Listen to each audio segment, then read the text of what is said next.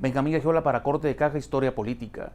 Este 22 de septiembre, pero de 1969, falleció el expresidente de la República, Adolfo López Mateos. La biografía de López Mateos es una biografía representativa de lo que fue el sistema político mexicano de la post-revolución. Hablar de López Mateos es hablar de muchas facetas, de muchas biografías que se engloban en un presidente carismático, pero también en un presidente de línea dura, represiva y autoritaria.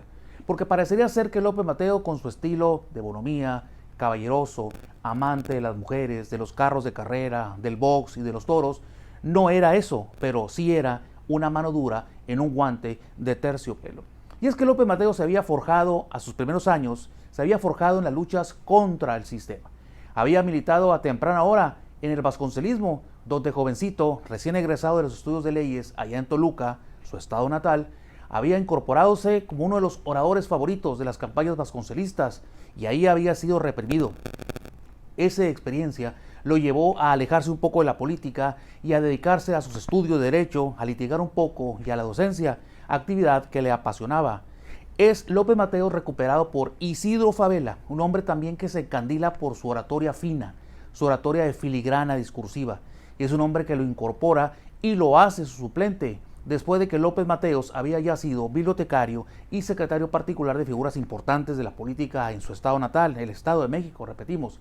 Isidro Fabela es el gran trampolín de ese hombre, de López Mateos, que de la mano de Isidro Fabela va a ocupar la suplencia de la senaduría, y cuando Isidro Fabela se va a representar a México en tribunales internacionales, es Isidro Fabela el que le va a pedir al presidente Miguel Alemán que le permita a su suplente Adolfo López Mateos subir a la Cámara Alta en el Poder Legislativo mexicano.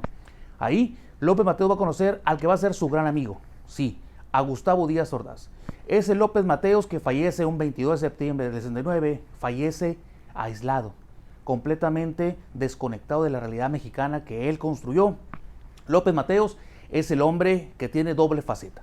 Por un lado, es un hombre generoso en programas sociales, la CONASUPO, la Comisión Nacional de Libros de Texto, los desayunos escolares y muchas instituciones educativas y museos van a ser obra del Toluco, de López Mateos, pero también va a haber represiones contra ferrocarrileros, líderes magisteriales. Rubén Jaramillo, un hombre que de una u otra manera representaba el zapatismo en su gestión de reparto agrario, va a ser ultimado por balas y manos asesinas que van a endosarle a López Mateos ese crimen político. López Mateos es también el embajador, el hombre que ensancha la presencia de México en el mundo. Es un hombre que sabe conectar con los países de izquierda y derecha. Sin duda, López Mateos también es un diplomático nato.